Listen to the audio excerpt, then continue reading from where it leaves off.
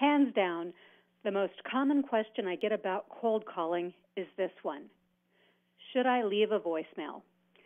I hear it from sellers I coach in field, from students attending my sales course at UC Berkeley, from both experienced and new hire sales reps who attend my training programs. They all ask, should I leave a voicemail? Well, we'll get to that. But first, I want to give you 20 cold calling tips in 20 minutes. These aren't likely to be the same old tips you've heard before. There are plenty of resources available for the basics. In fact, I've compiled a list of great resources for you. You can find it in the attachment section of your BrightTalk screen, so be sure not to leave without it. But these tips, these lightning speed tips that I'm about to give you, they're from a people-first perspective. Putting people first is what we do. After all, every sale starts with a connection, a person. Cold calling, it seems like it has a tendency to overlook that critical factor. But before we dive in, let me properly introduce myself. I'm Deb Calvert, author of the bestseller Discover Questions Get You Connected and of the award-winning blog Connect to Sell. I train and coach salespeople and sales managers about establishing and maximizing connections with buyers, and I conduct research with buyers to understand what they want from sellers. Speaking of connections, please connect with me on LinkedIn or Twitter or Google+. You'll see my handle on screen along with my email address. And I want to tell you that I also work in the leadership space as an executive coach. See, it's those two disciplines, sales and leadership, that converge in my current work, which you may know is the movement to stop selling and start leading. Like most of my work, it's also based in research with buyers. And one thing we know from that research with buyers is that they do not want to be sold.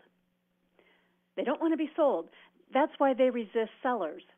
They dodge your calls. They don't return your messages.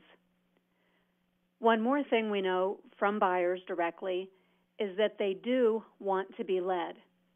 They want to be inspired and challenged and enabled by people who are willing and able to lead them. When sellers stop selling and start leading, they are far more effective with buyers. And that's true even in the very first encounter when you are cold calling a prospect.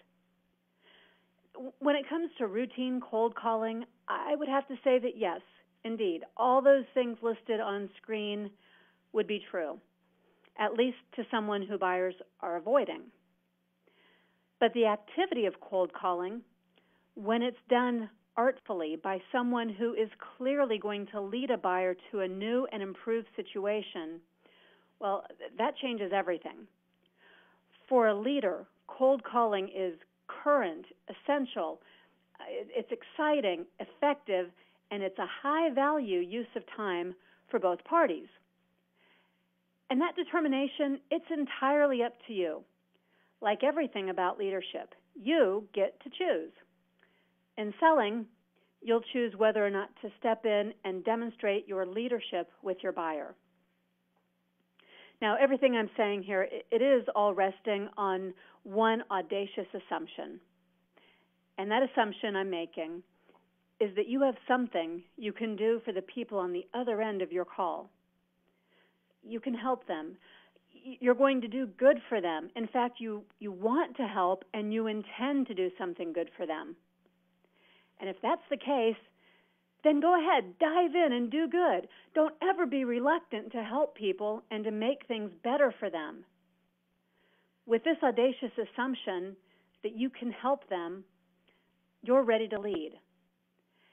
And call reluctance is replaced by your drive, your burning desire to push for positive change. And that's because it won't feel so one-sided. You'll no longer feel like this is all about you. You won't be pushing, pitching, disturbing, annoying, interrupting, or even selling to some hapless sucker who just happens to take your call. Instead, you are about to make someone's life or job or situation better. That's the cure for call reluctance. It's also the mindset that will make you compelling and magnetic in your first encounter with a buyer. And now you're ready. These are 20 tips that apply no matter what happens on the other end of the line. You can use all 20 if you get your prospect to answer, or if you connect with a gatekeeper, and even if you end up rolling over to voicemail. Our first of the 10 tips pertain to setting the right frame of mind. And the first tip to get the right frame of mind is simple. Relax. See, if you're nervous or uptight, your voice will reveal it. So just before you dial, take a deep, calming breath and exhale slowly. This has the physiological effect of soothing you, and it forces you to talk slower and lower. That makes you sound confident. And if your adrenaline begins to race, recenter yourself on the fact that you are here to help someone. You're doing good. You have every right and even a noble purpose to be making this helpful call to offer outreach and support. So relax and keep your mind on your mission. Tip number 2 goes hand in hand with this one. This is about you. If you're sitting at a desk and staring at a computer monitor and that makes you boring and low energy, then don't sit at a desk and stare at a computer monitor. Instead, stand up, walk around a little bit, twirl in your seat, talk with your hands, do yoga poses. Seriously, do whatever you need to do in order to be comfortable so that you can be engaging. And so what if the people around you in the office are watching? Who cares? If you're more effective because you shimmy and sway while talking to buyers, then no one will be laughing for long. Of course, you can't disturb others in your workspace, so do be thoughtful, but don't let those artificial constraints prevent you from being comfortable and natural in your conversation. You can't lead without energy, so get moving if you need to. Now, before I move into the next 5 tips, I'd like to tell you that these are the 5 exemplary practices of leaders. These are evidence-based, and they're proven to make anyone who leads more effective. We know from 30 years of research that people more willingly follow those who exhibit these behaviors. If you'd like to know more about all of that research, check out the Leadership Challenge. That's the body of work by Jim Kouzes and Barry Posner. Incidentally, that's the body of work that is also the foundation for the Stop Selling and Start Leading movement, too. Now, the first exemplary practice of leadership is to model the way. Leaders lead. They model to others what they'd like to see others doing. So to lead your buyer, you'd want to give something before expecting to get something in return. This is called the law of reciprocity, and it's very powerful, and it's very easy to access and utilize in a cold call. It might sound something like this. You'd be giving sincere and simple appreciation at the very beginning of that cold call, or even in a message, and you'd say something like, "Hello, Lisa, this is Deb. Thank you so much for taking a few seconds with me today." That simple act of expressing genuine appreciation would now earn me some additional time with Lisa. I've given her appreciation. She's willing to give me just a little bit of time in a reciprocal social constraint that we all automatically play into. She's going to give me enough time to explain how I can help her, enough time to build up some additional credibility and to begin demonstrating that I'm trustworthy. As a leader, these 2 elements, credibility and trustworthiness, they must be modeled. That's because people follow credible and trustworthy individuals. If they can't believe the messenger, they'll never believe the message. As we continue adding tips, you're going to see that several of these will boost your credibility and your trustworthiness. So the second practice of exemplary leaders is to inspire a shared vision. And this is vastly different from what most sellers do. Think about the stereotypical seller. Sellers pitch. And when hyped up sellers cold call, they pitch in nonsensical ways, rapid fire, to try to cram it all in before the prospect grows impatient. Well, that's not what leaders do. Leaders don't pitch. They appeal to others by painting an exciting picture of the future. They don't offer some one-sided view of their own preconceived vision. Instead, they gather enough information to make it a shared vision, one that a buyer can see himself or herself in. Leaders who are helping people show them how their own long-term interests can be realized in that shared vision. Leaders, they speak with genuine conviction about the higher meaning and purpose of their work. For them, it's not about selling something. It's about offering those exciting possibilities to someone who can truly be helped. The third exemplary practice of leaders is to challenge the process. You know that buyers want this. You've already heard about the challenger sale. The behaviors recommended there are not your typical selling behaviors. Those are leadership behaviors.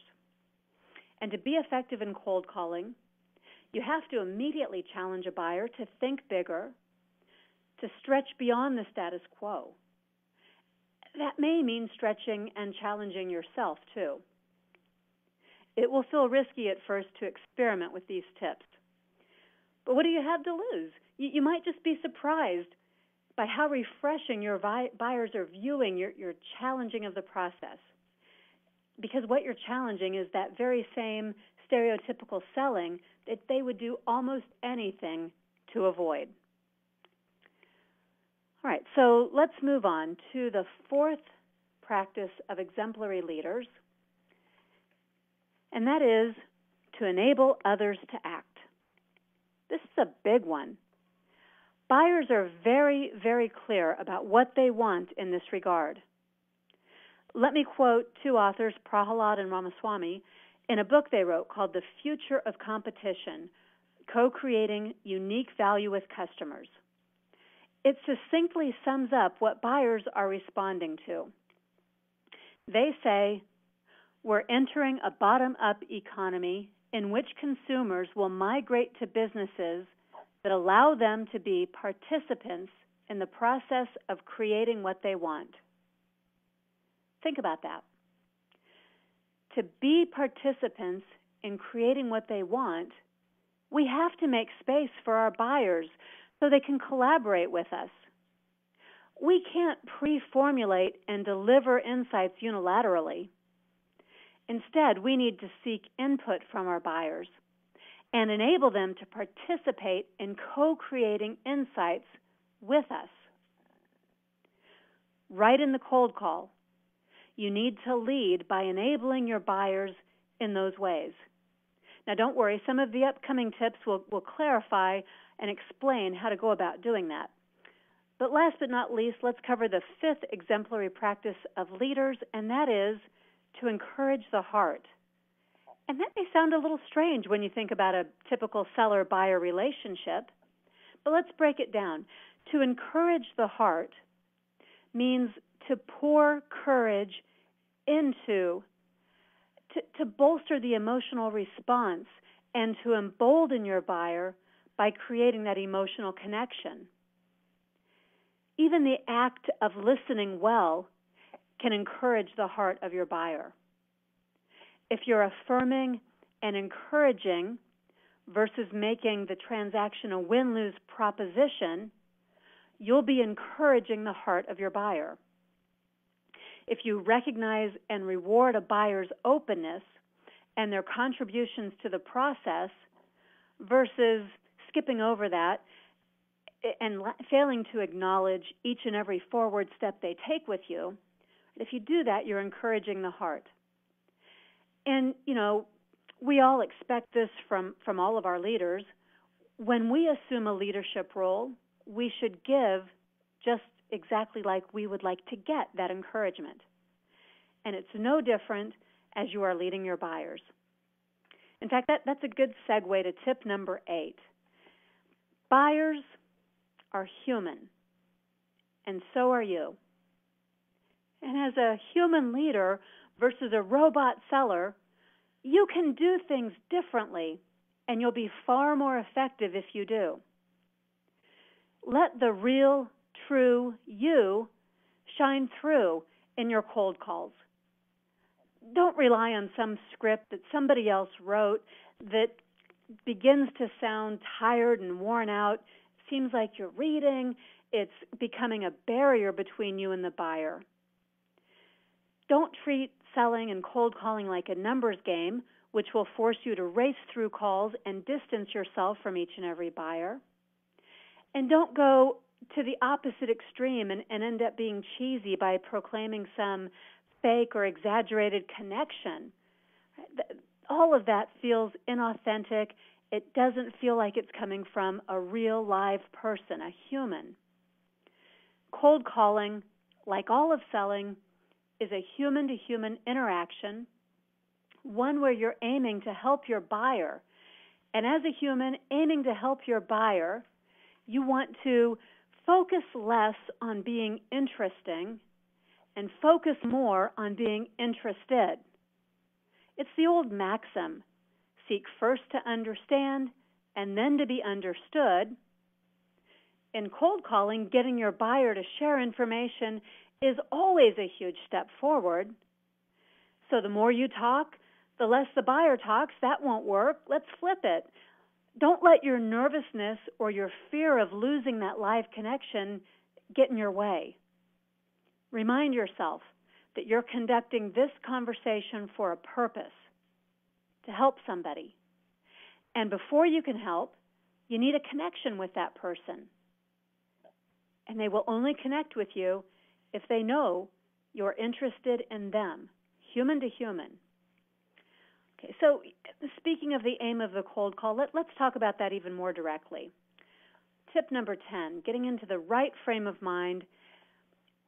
Do know your objective.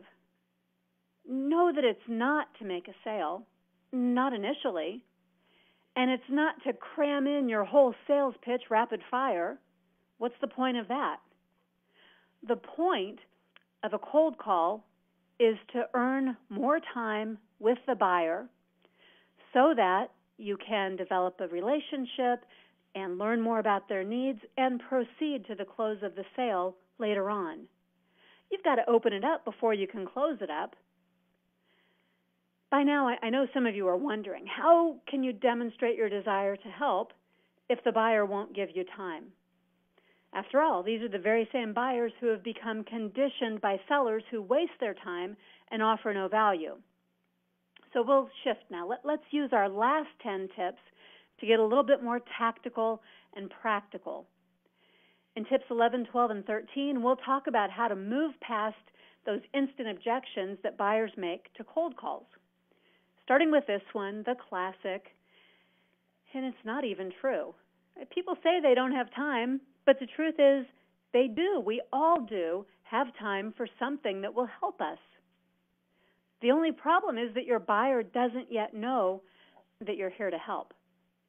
So you've got to deal with this throwaway objection, this automated response, before you can proceed. Now, if you're like most sellers, you may have a tendency to accept this objection and to try to get a callback time. If you're going to use that strategy, I'd like to recommend you do it just a little bit differently. Take command and be a leader. Say, what I have to discuss with you is very important and will help you, so let's set up a time to talk in the near future. Don't say, can I call you back tomorrow? Because it's a waste of your time to place multiple calls and to send multiple emails trying to reestablish the connection that you have right now. Seize the opportunity while you've got it. Do get an actual appointment. Send an Outlook or other appointment planner to lock it down on your buyer's calendar. And by the way, be sure to keep that appointment because your credibility is demonstrated by your actions, not your words. You should always follow up as promised if you hope to be seen as a leader. I'd like to point out that there's an alternative response. And this one fleshes out whether or not time is the only issue, or if it's just a smokescreen to make you go away. If there's a secondary objection, you're better off to get that on the table right away, and you'll also get the buyer talking by using this technique. So if the buyer says, this is not a good time to talk, you would say, oh, thank you for letting me know that. Tell me honestly, if this was a good time, would you talk with me about your needs for blank? Fill in the blank with whatever needs you're going to meet, of course. And when you ask that question point blank, they're either going to say yes, and you'll make the appointment, or they'll say no and give you another reason why they wouldn't proceed with you. And then you get to probe that reason, and you're prepared to come back to that objection when you talk again. For now, though, you can simply say, it's good to know that. I'd like the opportunity to address that and to help you at the same time. When can we meet? Then there's that other common refrain, the objection that is often premature, where the buyer says, I'm not interested. Think about that for a minute. This is a cold call, your first connection, the first few milliseconds of that connection. And this is not even really an objection. It's just a statement of fact because, frankly, why should anyone be interested before you give them a reason to be? So acknowledge that. Don't be defensive. Don't ignore it. Don't talk over it. Don't try to proceed in spite of it. Instead, this is a great opportunity to connect, to have a little bit of a laugh together. I like to say something like, when they say, I'm not interested, I like to say something like, I understand. I wouldn't be interested either unless I knew. And then I have an opportunity to introduce some additional information that will prompt some interest and engage the prospect in some great conversation. Any other objections that you're hearing right here at the onset of a cold call, those are likely to be misperceptions. I would suggest thinking of them as invitations for information, invitations to go ahead and continue this dialogue. After all, they didn't say no and simply hang up on you. They chose to invite you into a conversation. Let's say that they tell you, I have a contract with your competitor. Well, that's an invitation to learn more about the competitor and that contract and your buyer's timeline. And as you're gathering those bits of information, you might be able to find ways to sell peripheral products or service enhancements. You'll be gathering information. You'll be connecting. You'll be demonstrating your leadership throughout all of that conversation. See, objections are openings. And you want to walk through that open door to have a real conversation. So use every objection. It's a green light, not a red light. And as you're doing that, conversationally and with great interest, you are beginning to make your prospect think more expansively. What you're doing is creating value out of thin air. And this is a big deal. See, buyers want to meet with people who help them pause, reflect, reconsider, and think. According to buyers, this is one of the highest value activities they can do with a seller, including in a cold call. And this is what leaders do. Leaders create value out of thin air just by virtue of those conversations that are challenging and enabling to others. The result of your leadership behaviors is value creation that buyers recognize and reward by spending more time with you and trusting you.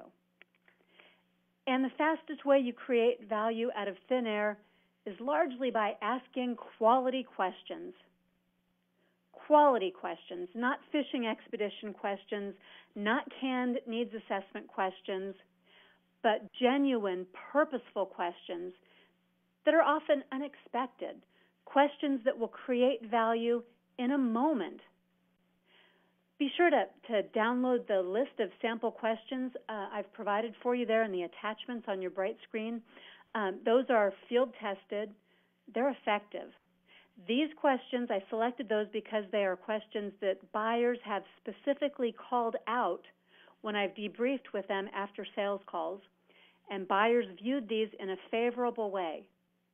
These questions are all used in cold calling with the very first connection, and they're just a sample of the kinds of questions and techniques you'd find in my book, Discover Questions Get You Connected. The book is available on Amazon if you want to go deeper and develop question skills that can connect you with buyers all throughout your sales process. But here in the cold call, don't neglect to ask quality questions and create value. And when you do that, there are two companion behaviors that are needed. The first is your focus, your dedicated focus on the buyer. Don't try to fool anybody. Just because you're on the phone and they can't see you doesn't mean that they won't pick up on it if you're not fully tuned in. On the phone, it's even more important to stay completely in the moment and to listen carefully for the cues that are coming through, since you can't use the visual cues that you'd otherwise have. You've got to work to be engaged and to be engaging, and that only happens if you fully focus on the person on the other end of that call. By the way, if you'd like to subscribe to this Bright Talk channel, you'll find that there's a previous webinar all about the myth of multitasking, and it gives you lots of information about how to focus in a way that will be very, very meaningful and productive for you. But the second behavior that needs to accompany questions that are asked in a cold call is that you have to actively listen. Effective leaders are really, really good at this. They work at it to be good. At a minimum, because you're fully focused, as you are actively listening and you're using all your brain power to process what you're hearing, at a minimum, be listening beyond the content of what your prospect is telling you. Listen for the feeling, the subtle cues that would signify there's some kind of feeling or emotion behind what they're saying, that something is really stressful to them or a burden, or that something's actually really making them kind of nervous about it, or that there's some sort of gravity or weight to what they're saying. Listen for the feeling. And listen also for what's different. See, you walked into this call with certain expectations. Rather than pouncing when anything that's said suggests that your expectations might be accurate, instead, don't pounce. Listen instead for what's different, for what you didn't expect to hear, for those clues and cues that make you curious. And as you're staying in the moment, that's where you would probe. Now, as we get to our last couple of tips for cold calling, let's talk specifically about gatekeepers. And then we'll come back to that question about whether or not to leave a voicemail. By the way, everything we've already talked about can also be used with gatekeepers, but I find there's something extra here. People in these roles, they tend to be highly accustomed to helping others. Many have a service orientation, and they enjoy being able to support others. If you tap into that desire to help, you might get farther with a gatekeeper. You may end up both being helped and developing an internal ally because of your willingness to help. It's reciprocal. To ask for help, have the humility to learn from the gatekeeper and to ask for help. And this, remember, it's going to be quid pro quo because you'll reciprocate by helping this company. You may even help the gatekeeper as you enable and encourage her or him too. So you'll ask for help, you'll ask for advice, you'll ask for confirmation of the research you have or the assumptions you've made, and you'll be sure to let the gatekeeper know that your intention is to help, and you'll get through by demonstrating how you're different from all those other sellers. That's not how your product is different, but how you personally are different. And I can't emphasize this point enough. It's extremely important to differentiate yourself. Don't you dare act like all those other cold call sellers. If you will stop selling and start leading, You will differentiate yourself. It's surprising just how quickly that differentiation is noticed by a buyer. When you step fully into your role as a leader, you'll exude confidence, and your intent to help will be telegraphed in a myriad of unspoken ways. As a result, you won't be dismissed like all the other sellers who are seen as interruptions and even nuisances. If you follow these tips, buyers will respond differently to you. And when they do, have some fun in your cold calling.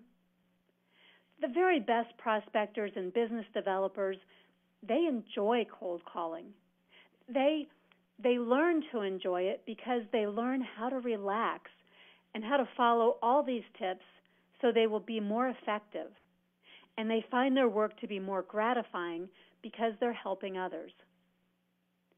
Now, the only thing remaining is to answer that burning question, should I leave a voicemail? My answer is based on observations with sellers. It's not an absolute because I have seen exceptions. But for the vast majority of us, the answer is yes. Please, leave a voicemail. Here's why. If you leave a voicemail, you're more likely to get a call back than if you don't leave a voicemail. If you leave a voicemail, your confidence, your professionalism, and your skill can shine through. And don't forget, every contact, even a voicemail contact, is a chance to differentiate yourself. So leave a quality voicemail, one that takes these 20 tips into account, one that poses a thought-provoking question that creates value and instantly differentiates you from all the other sellers who have called. And you don't have to leave numerous voicemails, but you do want to leave one or a few that build interest and awareness and brand you as a seller who is going to create value, a seller who is going to be worth spending more time with. After all, you're here to help. So, of course you're going to leave a voicemail because that's where it starts. You want to begin helping just as soon as possible. Now, I do see we have a couple of questions here. Let me see if I can take these. One is, what is the stop selling and start leading movement? Well, we didn't get to really talk a lot about that, but it is gaining momentum, and it is all about some of the things we've talked here, the behaviors of sellers and how you can become more effective with buyers. There's a lot out there. I tell you, the best thing to do to learn more about the stop selling and start leading movement is to do a simple Google search. You'll find lots of webcasts and podcasts and webinars and videos and articles out there. So just Google it by name, Stop Selling and Start Leading. I see a couple of comments here about getting the slide deck and recording. If you do subscribe here to Bright Talk, or even by virtue of attending, yes, you will be able to access this on demand. It takes about an hour after we conclude before that on-demand recording will be available. And a couple of you asked for a volume check, which I did do throughout the call, and I apologize if the volume issue was occurring and we didn't get it fixed. Well, with that, don't forget those downloads that are available to you, and don't forget the book, Discover Questions Get You Connected, on Amazon. Please do connect with me. Let me know how these tips are working for you. And if you're looking for additional sales training or coaching, let's talk. Every sale starts with a connection, and we know here at People First Productivity Solutions, we know firsthand from buyers how to make those connections.